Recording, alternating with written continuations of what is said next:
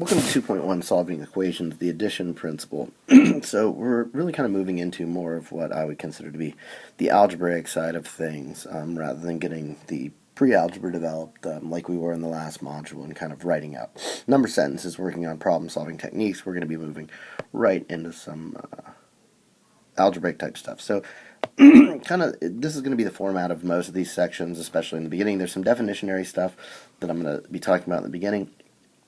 And then we'll move into the actual the examples and the problem. So an equation is a number sentence saying that two expressions are equal. Now, if you recall, expressions are just numbers, letters, symbols, and operators. So like 2x plus 5, that's an expression because we don't have an equal sign.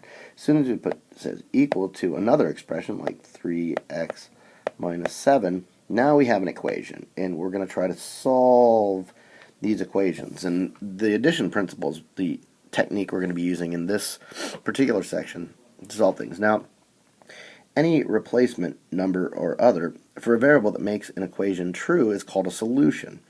When solving equations, we're asking you to find all solutions. So really, if we could find a value for x that we could plug in here and plug in here, and then simplify this side, and then simplify this side, and they're both equal the same thing, that would be a solution. And that would be true for every value of x that we could put in.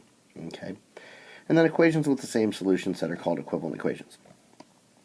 That's just what we call them. Now, the addition principle for equations states what's said right here. But really, when I think about equations, I think about a balance. Like there's some sort of balance where if two things are equal, they're kind of at the same level. So really what the addition principle says is this.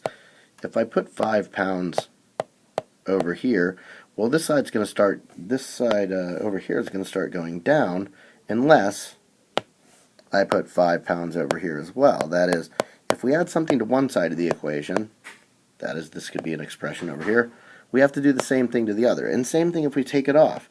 If these two sides are equal, and I take 5 pounds off of this, well, the right side is going to be heavier, so this is going to be going up, unless I take away 5 from that side. So really, this addition principle says whatever we do to one side, we have to do to both sides. So if a equals b, we add c to both sides, we're good. C could be negative as well, so that takes care of the subtraction.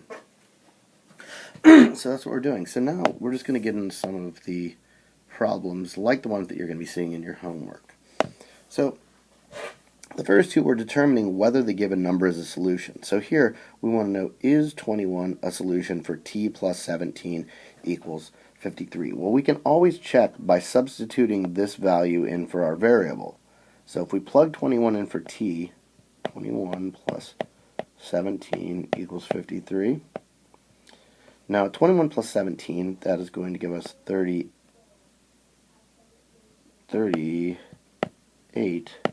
equals 53.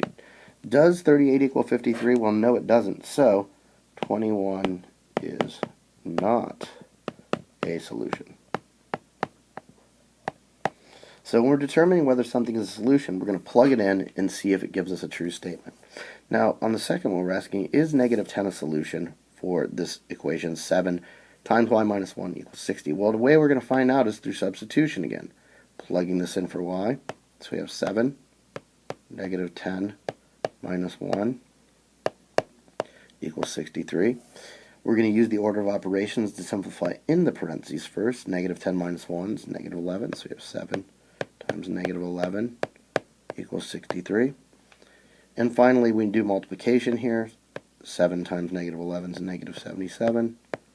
Does that equal 63? Well, it does not equal 63. These are not equal. So we can say that negative 10 is not a solution. Okay, so that's just determining whether things are solutions. Now what we're going to be doing is we're going to be actually solving these equations and finding out what the solution is to these equations, and then we're also going to be checking our answers here. And to check our answers, we're going to do the substitution that we saw in the last two problems. So here, if we look at this, we have negative 8 plus t equals negative 24. We're trying to isolate the variable. That is, we want to get this t all alone. So we need to get rid of negative 8. Now how we undo negative 8 is by adding 8. So if we add 8 to this side. Now recall, the addition principle says if we add it to one side, we have to add it to both sides. So adding 8 to both sides here. Now 8 plus negative 8 is 0. So we could say that 0 plus t. And over here, negative 24 plus 8 is negative 16. But 0 plus anything is that thing. That's that additive identity again. So we really just get that t equals negative 16. Now this right here is our solution. To check our solution, we're going to plug this in, because when things are, equality is the strongest relationship in mathematics. If two things are equal, they're indistinguishable, they're interchangeable. So we can plug that back into the original. So we have negative 8 minus 16 equals negative 24. Well, negative 8 minus 16 is negative 24. Does negative 24 equal negative 24? Yep. So we checked our answer, and this negative 16 is, in fact, the right answer here. So moving on to this next one here, we have 24 equals negative 7/10 plus r. Now there's a couple things we could do right here. We could get rid of this denominator. That is, we could say that's a fraction. So actually, we're just going to treat this like we normally would and try to move things over. So if we're trying to solve this equation, 24 equals negative 7/10 plus r, we want to isolate the r right here. So we need to get rid of minus 7/10. To undo subtraction, we have addition. So I'm going to add 7/10 to both sides. Okay. Now, generally speaking, like, I don't do my fraction addition vertically like it's seen here. I do it inline. So I'm going to rewrite this. I'm going to write 24, which is really 24 over 1, making that a fraction because we have other fractions here, plus 7/10 equals r. Now we've isolated the r, but we need to simplify this side right here. So for adding two fractions, we are going to have to get a common denominator. So common denominator here between 1 and 10 is 10. So I multiply by 10 over 10. 10 times 24 is 240. So 240 tenths plus 7 tenths equals r.